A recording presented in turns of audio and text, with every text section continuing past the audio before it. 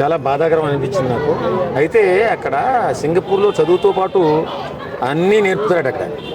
ఇప్పుడు ఈ 7 ఇయర్స్ అబ్బాయికి అప్పుడు జరుగుతున్నటువంటి కార్యక్రమం ఏంటి? కుకింగ్ నేర్పుతున్నారంట పిల్లలకి. కుకింగ్ నేర్పే సమయంలో ఫైర్ యాక్సిడెంట్ అయింది. ఫైర్ యాక్సిడెంట్లో ఒక పాప ఎవరో చనిపోయారు. ఉన్న 19 మెంబర్స్ ఏమో ఒక కాపాడారు. అందులో పవన్ కళ్యాణ్ గారి అబ్బాయి కూడా గాయాలు తగిలాయి. బాబు క్షేమంగానే ఉన్నాడని చెప్పి తెలుస్తుంది. ఇది మాత్రం చాలా సంతోషం. ఎందుకంటే చాలా ఆంధ్ర రాష్ట్రం కానీ కాకుండా దేశంలో పవన్ అభిమానులు తల్లడిల్లిపోయారు. అసలు ఏం జరుగుతుందిరా బాబు ఇదేంటి అని.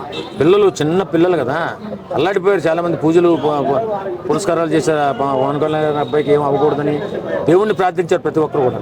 అది మాత్రం చాలా చాలా ఆ విషయంలో మాత్రం అందరూ కూడా చాలా భయపడిపోయారు.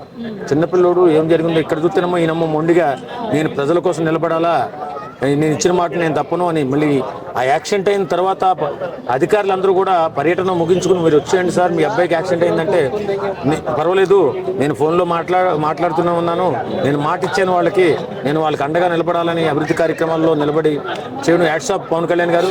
మీరు మీలాంటి రాజకీయ నాయకుడిని మా జీవితంలో ఎప్పుడూ చూడలేదు. ఇంత గొప్ప రాజకీయ నిజంగా మాట రాదు మనకి. మన పిల్లలకి ఏదైనా దెబ్బ తగిలిందంటే ఏం మాట వస్తుందండి? మాటే రాదు. అలాంటిది అలా గట్టిగా నిలబడి చేసినందుకు ఆయన పవన్ కళ్యాణ్ గారు నిజంగా మామూలు విషయం కాదు. కాబట్టి ఆ బాబు క్షేమంగా ఉండాలని మనస్ఫూర్తిగా కోరుకుంటున్నాం. అలాగే జగన్ బాబు గారిని ఈ విధంగా మనం అభినందించాలి. ఆయన మానవత్వంతో చేసిన ట్వీట్ మేము కూడా అండగా ఉంటాం పవన్ కళ్యాణ్ గారు, మీరు అధైర్యపడకండి, మీ కార్యక్రమం మిగుంచుకుని రండి అని చెప్పి జగన్ గారు కూడా చెప్పడం కూడా చాలా అభినందనీయం. కాబట్టి ఈ విషయంలో ఆందోళన పడవలసిన అవసరం లేదు. బాబు బాగానే ఉన్నాడని చెప్పి తెలుస్తుంది. సార్ చిన్న పిల్లలకి ఆ కుకింగ్ ప్రాసెస్ నేర్పించడం అదంతా ఇంత చిన్న ఏజ్లో అది ఆ దేశ సాంప్రదాయం అంటది. చిన్నపిల్లల కాడి నుంచే కుకింగ్ కూడా నేర్పుతారట. ఎందుకంటే ఆడమ్మగా సమానం. మన దేశంలో అంటే మగాళ్ళు ఎవరు కుకింగ్ నేర్చుకోరు సామాన్యంగా.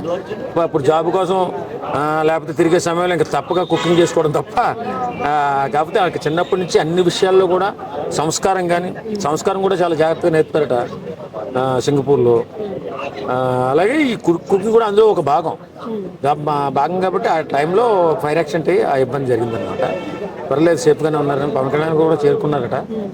సో ఇబ్బంది ఏం లేదు, చేరుకున్నారని తెలిసింది.